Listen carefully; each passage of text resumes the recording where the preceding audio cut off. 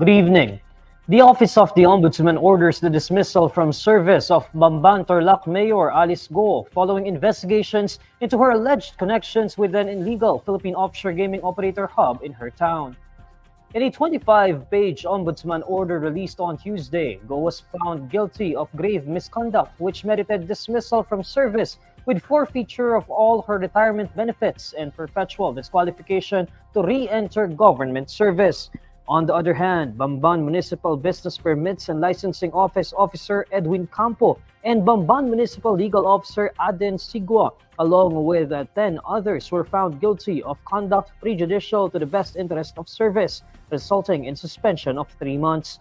Last June, the Ombudsman ordered the suspension of Guo following complaints filed by the Department of Interior and Local Government.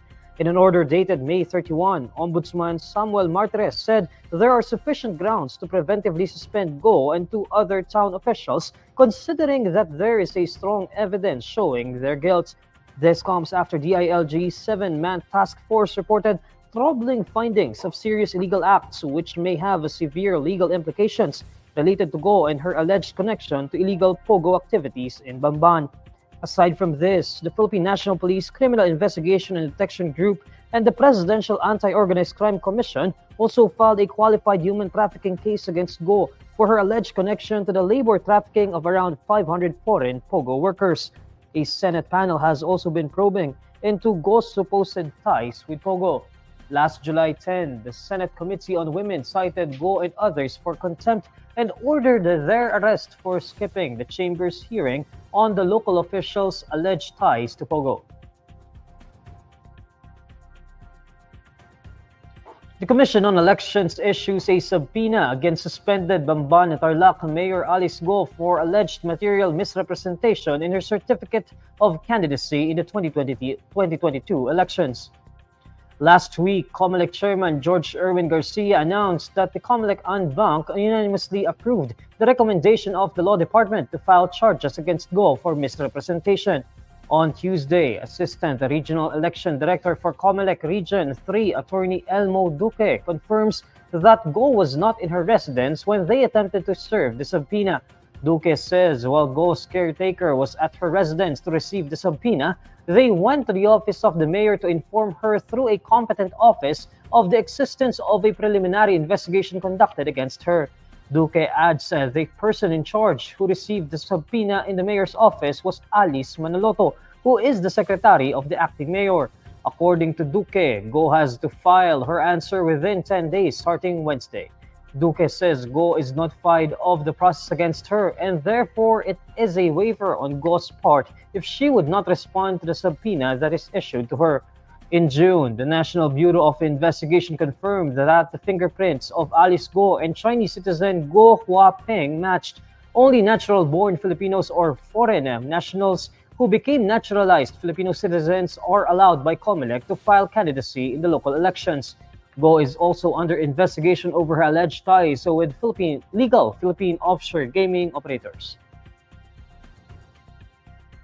Amid China's continued harassment in the West Philippine Sea, a Navy official says that the capabilities of the country's Defense Department and its military assets are enough in the face of potential conflict. In a briefing, Philippine Navy spokesperson Rear Admiral Roy Vincent Trinidad says the country is equipped with enough assets both in maritime and airspace domain. With what is happening right now, not only in the maritime domain but also in the airspace, with what we have, we are good with them. Given the current capability of your Air Force, your Navy, and your Philippine Army, we are good with what we have. Given more, we can perform even better.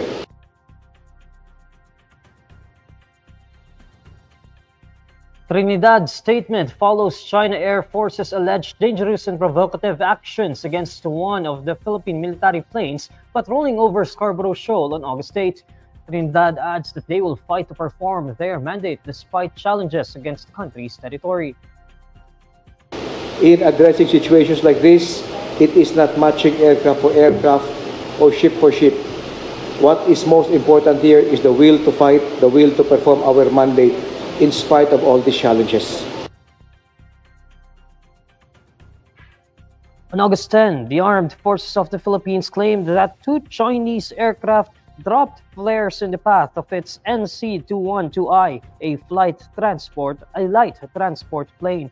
The Philippine government has filed a diplomatic protest against China. The Philippine Navy has monitored 92 Chinese vessels in various locations within the West Philippine Sea from August 6 to 12 this year.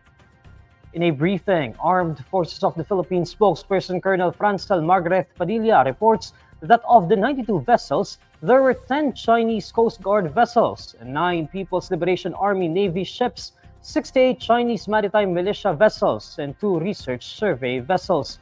Padilla further details that 10 of the 92 vessels were spotted in Panatag Shoal, 13 in Ayungin Shoal, 38 in the Pag-asa Islands, 5 in Lawak Island, 5 in Panata Island, 13 in Subena Shoal, 4 in Julian Felipe Reef, and 30 in Iroquois Reef. Last week, the Navy reported that 122 Chinese vessels were spotted within the West Philippine Sea from July 30 to August 5. This data shows a significant decrease compared to the 400 foreign ships, 85% of which were from China that were monitored last year. Senator Risa Hontiveros warns against the deprioritization of billions of funds similar to what happened to the 2024 budget proposal. During the start of the Senate's deliberation on the 2025 national budget, Hontiveros recalls that in the Consolidated Bicameral Conference Committee report on the 2024 budget, a huge part of the budget indicated in the National Expenditure Program vanished from the programmed appropriations. Hontiveros cites the 70 billion peso allocation for flood control projects transferred to an unprogrammed budget. Lumobo po ang low priority na unprogrammed funds at umabot sa 731 billion pesos mula sa panukalang 282 billion pesos ng DBM. At isinantabi nga dito ang mga mahalagang mungkahing budget ng presidente.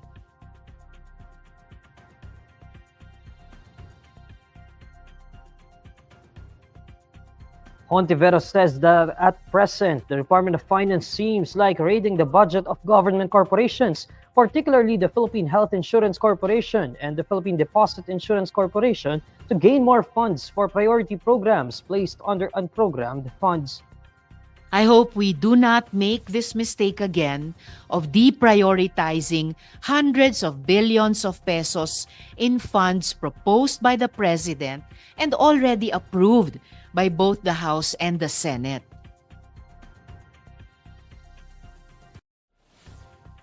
To prevent a repeat of the deprioritization of funds, Hontiveros suggests before the committee that the Bicameral Conference Committee should return to the original practice of a full face-to-face meeting and deliberation of all its members. The senator also suggests that the full Bicameral Conference Committee report should be made available to all senators before it is reported to the plenary. The proposed 2025 national funding amounts to 6.352 trillion pesos. This is about 500 billion pesos higher than the approved 2024 national budget of 5.7 trillion pesos. Pasig City Mayor Vico Sotto shrugs off the graft case filed against him as he notes its interesting timing. In a statement, Sotto says it is not the first time that a case was filed against him. According to the mayor, the filing of the case was made in an interesting timing as it coincided with certain political groups ramping up their political activities. On August 7, a graft complaint filed by a certain Ethel Mart Austria Cruz, who identified himself as a private citizen and a Pasig resident, was filed before the office of the Ombudsman. Cruz alleged that Sotto granted a 100% tax discount to a telecommunications company based in Pasig City, despite supposed inconsistencies in the documents it submitted to the City Hall. Sotto did not give further comments on the matter, saying he has yet to receive a copy of the complaint. Sotto notes the importance of understanding the process of cases that go through the office of the Ombudsman. According to the mayor, old traditional politics and dirty tactics will no longer work in Pasig. The Metropolitan Manila Development Authority assures the public that the welcome parade for the Filipino Olympic Heroes will be finished before the rush hour on Wednesday, August 14. According to MMDA Acting Chairman Don Artes, the parade will start at 3 p.m. from Aliu Theater to Rizal Memorial Sports Complex in Manila. Artes says they don't expect the parade to cause a big impact on the traffic flow around Metro Manila. Waiting po natin na matapos before 5 para before rush hour traffic ay tapos na po yung programa, parada yung programa. Well, hindi naman masyado kasi as stop and go lang naman tayo. Kung habang lumalapit yung parada sa isang lugar, mag-i-stop tayo para dire-diretso. After naman na makalagpas, i-go-go na rin natin. MMDA has identified the roads that will be affected by the parade. These are V. Sotto Street, Rojas Boulevard, P. Burgos Avenue, Finance Road, Taft Avenue, President Quirino Avenue, and Adriatico Street. However, Artes says the convoy is estimated to last for 5 minutes in each of the said streets.